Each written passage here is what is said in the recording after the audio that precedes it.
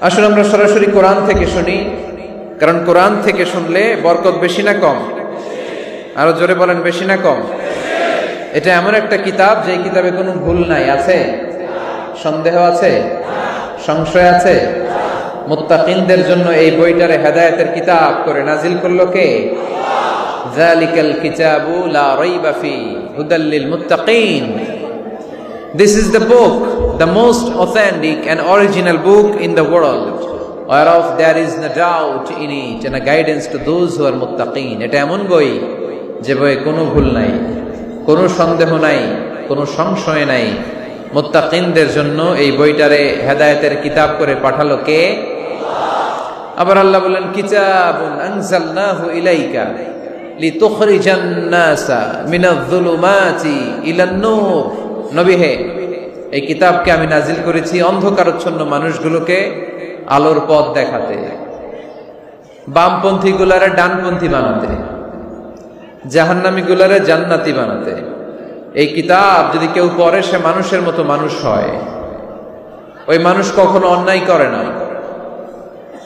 এই কিতাব যে পড়ে এবং মানে, এই কিতাবের শিক্ষাকে যে নিজের মধ্যে ধারণ করে, সে কখনো মিথ্যা বলে না, মা বাবার সাথে বেয়াদবি করে না। ওই আলোকিত মানুষটা কখনো টেন্ডারবাজি করে না, চাঁদাবাজি করে না, দুর্নীতিতে চ্যাম্পিয়ন হয় না, ক্যাসিনো ব্যবসায় নামে না। এই কোরআন যারা বুকে ধারণ করে এরা কোনোদিন পেঁয়াজের দাম বাড়ায় না। জোরে বলেন ঠিক কিনা? এরা কখনো তাদের কোনো কাজে জনমানুষের ক্ষতি করে না। এরা সব সময় কল্যাণের পক্ষে, এরা মানবতার পক্ষে। এরাই হচ্ছে আলোকিত মানুষ, ঠিক কিনা? মানুষ হওয়া পৃথিবীতে বড় কঠিন। খালি চোখে যা দেখেন এগুলো মানুষ না, এগুলো জনসংখ্যা। এগুলো কি? এজন্য বলা হয় বাড়ছে জনসংখ্যা, কমছে মানুষ। বাড়তেছে কি, কমতেছে কি? মানুষ। গরুর পেট থেকে বেরোলেই ওটা গরু হয়ে যায়, ছাগলের পেট থেকে বেরোলেই ওইটা ছাগল হয়ে যায়, মুরগির পেট থেকে বেরোলেই ওটা মুরগি। কিন্তু মানুষের পেট থেকে বেরোলেই ওটা মানুষ হয় না, ওটার মানুষ বানাইতে হয়, তাই না? আবার গরুকে কেউ কোনোদিন বলে না, এই তুই গরুর মতো গরু হ। বলে শরীয়তপুরে? আপনারাও বলেন না? ছাগলরে কেউ কোনোদিন বলছে, এই তুই ছাগলের মতো ছাগল হ। কিন্তু মানুষকে বলা হয়, তুমি মানুষের মতো মানুষ হও। কোরআন পড়লে মানুষের মতো মানুষ হওয়া যায়, ঠিক কিনা? এই দুনিয়া এখন তো আর সেই দুনিয়া নাই, মানুষ নামের মানুষ আছে দুনিয়া বোঝাই, সেই মানুষের ভিড়ে আমার আসল মানুষ নাই, ঠিক কিনা? আসল মানুষের বড় অভাব। মানুষের মতো মানুষ খুঁজে পাওয়া দুষ্কর। এই কোরআন এসেছে আমাদেরকে মানুষের মতো মানুষ বানাতে। এজন্য এই কোরআন থেকে শুনলে লাভ না লস? কোরআনের সাথে আমাদের সম্পর্ক বাড়াতে হবে। প্রতিদিন কোরআন তেলাওয়াত করতে হবে। আপনারা করেন? হ্যাঁ, আজকে করছেন কারা কারা দেখি? মাশাআল্লাহ, মাশাআল্লাহ, হাত নামান। প্রতিদিন যেন আমরা পড়ি। আর যারা এখনো শিখতে পারি নাই তারা যেন শিখে নেই।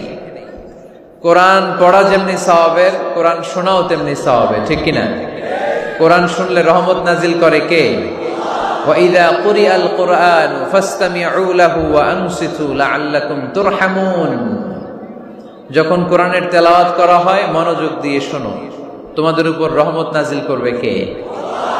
এজন্য কোরআন পড়া, কোরআন শোনা সবটাই জরুরি। আমরা যেন কোরআনের সাথে আরো বেশি সম্পর্ক গাঢ় করতে পারি, কোরআনকে যেন আমরা আমাদের বন্ধু বানাতে পারি। আল্লাহ তুমি তৌফিক দাও। আর জোরে পড়েন আমিন। আজকে আমরা সূরাতু আর রহমান থেকে কথা শুনবো ইনশাআল্লাহ। পড়েন। এই সূরাটা মুখস্থ আছে কার কার? অনেকেরই তো মুখস্থ, হাত নামান। এই সূরাটা যদি মুখস্থ নাও থাকে, এই সূরার মধ্যে এমন একটা আয়াত আছে এইটা সবার মুখস্থ, ঠিক কিনা? ফাবিআইয়ি আলা রাব্বিকুমা তুকাদ্দিবান। আমার কোন নিয়ামতকে তোমরা অস্বীকার করবে? এই আয়াতটা সবার মুখস্থ আছে না নাই? মজার ব্যাপার হলো এই আয়াতটা আল্লাহ তাআলা এই সূরার ভেতরে একবার, দুইবার, 5 বার, 10 বার নয়, 31 বার উল্লেখ করেছেন। কয়বার? 10 বার বললেও তো হইতো, 20 বার বললেও তো হতো, 31 বার বললেন কেন? তার মানে এটা জরুরি, এটার